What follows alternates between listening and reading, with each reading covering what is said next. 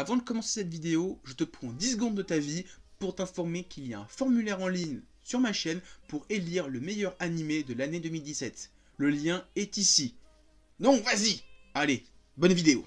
Bonjour tout le monde et bienvenue dans Animé à chaud, l'émission qui passe en revue les nouveautés animées. Et aujourd'hui on va parler de mon coup de cœur de la saison, Les Enfants de la Baleine.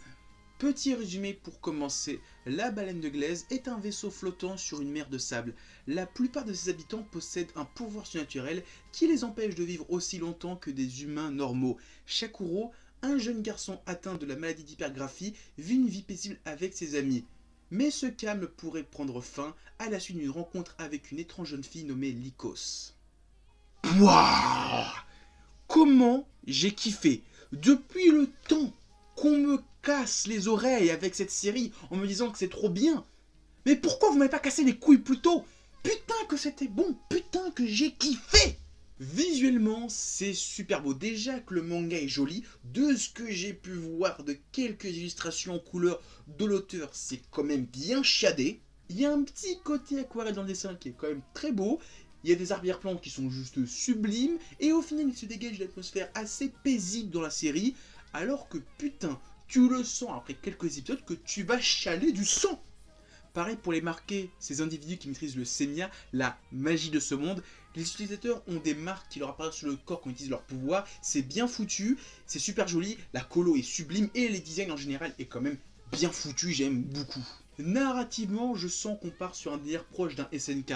Ceux qui lisent les scans de Shingeki no Kyojin me comprendront. Je sens qu'on a plein de secrets, qu'on va nous expliquer plus sur cette baleine, sur cet océan de sable, de pourquoi les marqués meurent jeunes.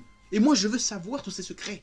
Et pour les secrets, c'est pas moi qui délire. C'est clairement dit dès le début de la série qu'il y a des secrets. Qu'on nous apprend que seuls les gens qui n'ont pas de pouvoir magique, donc qui n'ont pas de marque, peuvent diriger la baleine. Que ceux qui ont plus de 60 ans parmi ces gens-là apprennent le secret de la baleine, donc le capitaine du vaisseau en fait c'est juste une marionnette, c'est clair et net qu'il y a des secrets. Et ça ressemble encore plus à Shingeki no Kyojin, mais ça j'en dis pas plus. Au final, j'en ai pas l'air, mais je suis fébrile. Je me retiens de ouf de pas m'acheter les 9 tomes direct.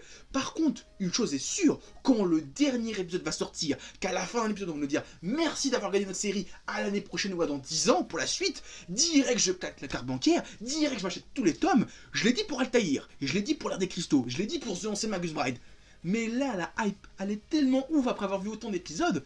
Très clairement, je vais craquer, je vais m'acheter tous les tomes d'un coup. En conclusion, un très gros coup de cœur pour cette série qui mélange habilement les genres. Émotionnellement, on dirait un shoujo. Et même graphiquement, c'est très fin, très joli. On n'a pas de héros stylisés ou en couleur. On a un petit gars qui aime écrire. Au niveau de l'histoire, qui semble bien touffu comme un SNK, ça rappelle un seinen. Même si Shingeki no Kyojin au Japon, c'est un shonen. Et il y a pas mal de mises en scène très action, très punchy, qui rappellent un shonen. Donc ça mélange bien habilement tous ces genres, et ça donne un putain de manga, et j'ai hâte de lire ça. Là, je regarde l'animé pour me contenter, mais dès que c'est fini, je lis le manga, c'est sûr et certain. Donc voilà, c'est tout ce que j'ai à dire sur mon coup de cœur de cette saison. Donc avant de se quitter, pouce bleu, laisse un commentaire, partage la vidéo sur les réseaux sociaux. Il y a mon Facebook et mon Twitter dans la description. Et moi je te dis à plus, continue à lire des mangas et à regarder des animas. Allez, ciao!